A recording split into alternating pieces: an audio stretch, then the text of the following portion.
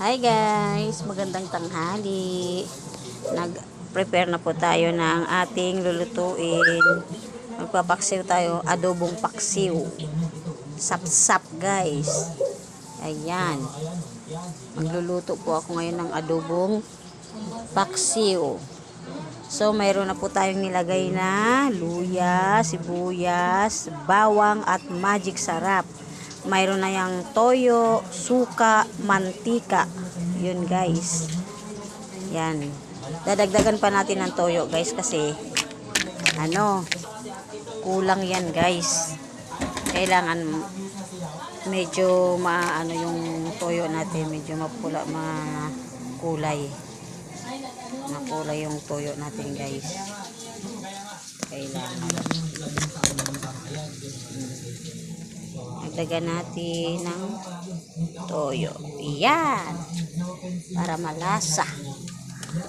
Ayun. Isasalang ko na to guys para mamaya pag sinong kakain, merong ulam. Ayan guys. Pero lalagyan natin ng kaunting tubig. Yan. Lalagyan natin ng kaunting tubig guys.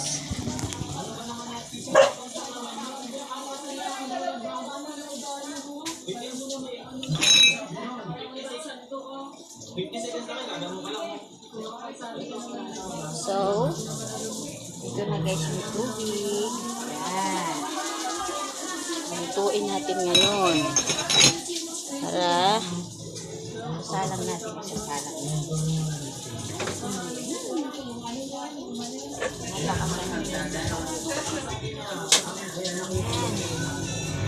Ganyan po kami sa amin, sa probinsya namin, pagka nagaluto ng paksiw, adobong paksiw. Napakasarap niyan guys, lalo na maraming ingredients. Ito yung nabili nating asin, isasalin na natin. Ayan. Ang init guys, maliligo ko lang ang pawis na. Ayan. Asin na tayo. At maghuhugas na tayo ng pinggan.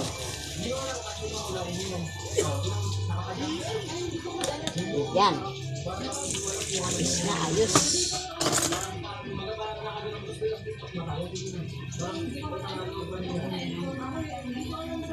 Tayong ulam.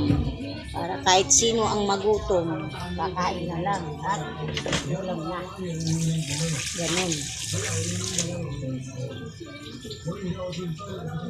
Yun guys. Ayun lang. So, naisalang na po natin.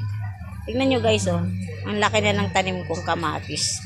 Tapos meron akong sili dun guys. Yan. May tubo na rin siya guys. So, yan lang guys. Thank you.